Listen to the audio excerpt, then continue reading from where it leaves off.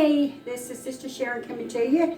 This is the Monday before the week of Thanksgiving. So Thanksgiving is a time to give thanks. It's a time to always remember the good Lord. In addition to that, it's good food. So Thanksgiving is often a time when people reflect on things and experiences they are thankful for. And I hope that as you reflect on this past year, your accomplishments, your trials, and your experience, that all of it was a good time, especially when you spend time with family, friends, in and around you. So I want to read a short story. This is by Kristina Harding. At noon on a dreary November day, a lonesome little fellow stood at the door of a cheap restaurant in Boston and offered a solitary copy of a morning paper for sale to anybody that passed by. But unfortunately, there were not many people passing, for it was Thanksgiving Day, and the shops were closed, and everybody had homes that they were at, and a dinner to eat. An old man with a face that looked pinched and who was dressed in a seedy black coat stopped at the doorway and said, with one hand on the latch, he appeared hesitant between hunger and a sense of poverty before going in. It was possible, however, he was considering whether he could afford himself the indulge of a morning paper, seeing it was Thanksgiving Day. So at least Bert thought and addressed him accordingly. Buy a paper, sir, all about the fire in East Boston and the rest of the burglars in Springfield for only 2 cents. The little old man looked at the boy with keen gray eyes, which seemed to light up the pinched look on his face, and answered with a shrill voice, "You ought to come down on your price this time of day. You can't expect to sell morning paper at 12 o'clock at full price." "Well, give me a cent then," said Bert. "That's less than a cost, and never mind, I'm bound to sell out anyhow." "You look cold," said the old man. "Cold?" replied Bert. "I'm nearly froze, and I want my dinner, and I'm going to have a big dinner too, seeing it's Thanksgiving Day." "Ah, you're lucky, my boy," said the old man. "You got a home to go to, and friends too, I hope." "Oh, no, sir, no home, no friends, only my mother." Whew. "No, sir, no home, no friends, only my mother. It was more lonesome not to eat at all," said the old man, his gray eyes twinkling. "Here, I guess I could find 1 cent for you, though there's nothing in a paper, I know." The old man spoke with some feelings. His fingers trembled, and somehow he dropped 2 cents instead of 1 into Bert's hand. "Here, you've made a mistake," cried Bert. "A bargain's a bargain. You gave me a cent too much." "No, I didn't. I never give anybody a cent too much. But see here," said Bert, and showed him 2 cents and offered to return 1. "No matter," said the old man. "It was so much less for my dinner, that's all." Bert had instinctively pocketed the pennies.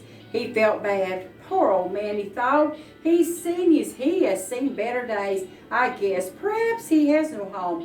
A boy like me can stand it, but I guess it's hard on him and his age. He meant to give me 2 cents the whole time, but I don't believe he has a decent dinner for many a day.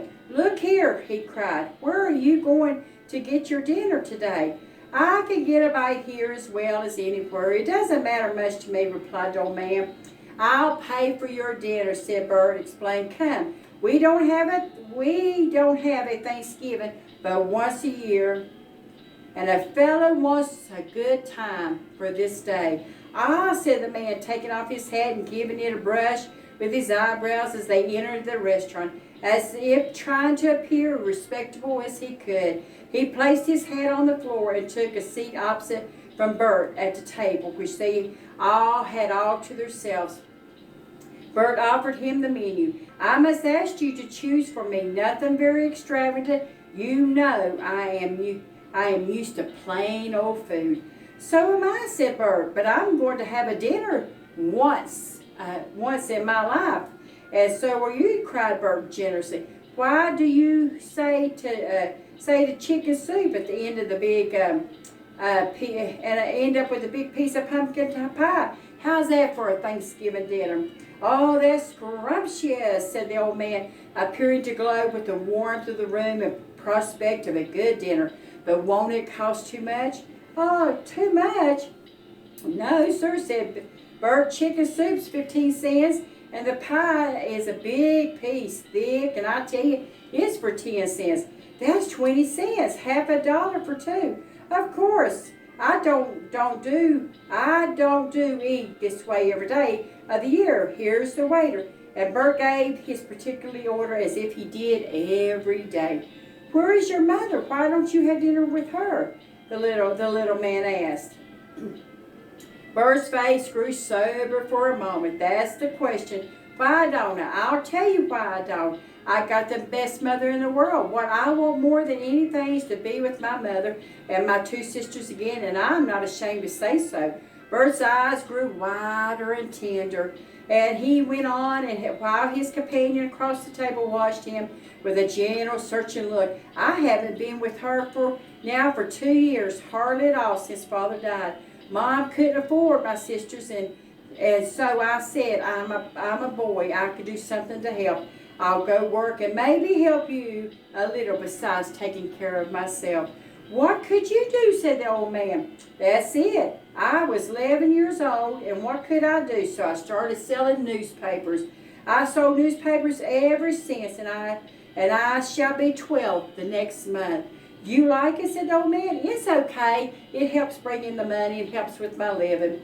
Bert replied proudly, but what I want is to learn some trades, like a regular business, and settle down and make a home for my mother.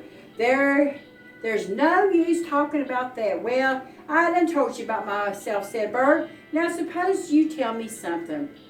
About myself, said the old man. Why, yes, said Bert. I think that would be pretty well. That would go pretty well while we're eating the pie. But the man shook his head. Life isn't what you think it is.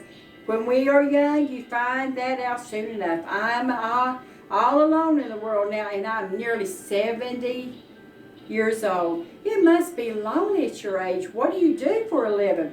I have a little place in Devonshire Street. My name is Mr. Crocker. You'll find me up 2 flights of stairs back home at the right. Come and see me, and I'll tell you about my business, and perhaps you'll get a better job, for I know several businessmen. And Mr. Crocker wrote his address with a little stub of a pencil on a corner of a newspaper that led him to the acquaintance, and gave it to. Well, Bert, said the old man, I'm glad to make your acquaintance, and I hope you come and see me. You'll find me in a very humble quarters. And why don't you pay, and won't you let me pay for my dinner? I believe that's enough money. Let me see. And he put his hand in his pocket. Bert would not hear of such a thing, and walked up to the desk and paid the whole bill. When he looked around, the old man was gone. I'll go see him the first chance I get, said Bert, as he looked at the pencil stripe where he wrote his address on. On the following Monday, Bert went to call on his new friend in Devonshire Street. Having climbed up 2 flights of stairs, he found the door at the back of the room ajar, and looking in, he saw Mr. Crocker's desk, and in the act of receiving a roll of money from a well-dressed visitor. Bert entered unnoticed, waited until the money was counted and the receipt signed. Then, as the visitor departed, Mr. Crocker noticed the boy, offered him a chair, and then turned to place the money in the safe.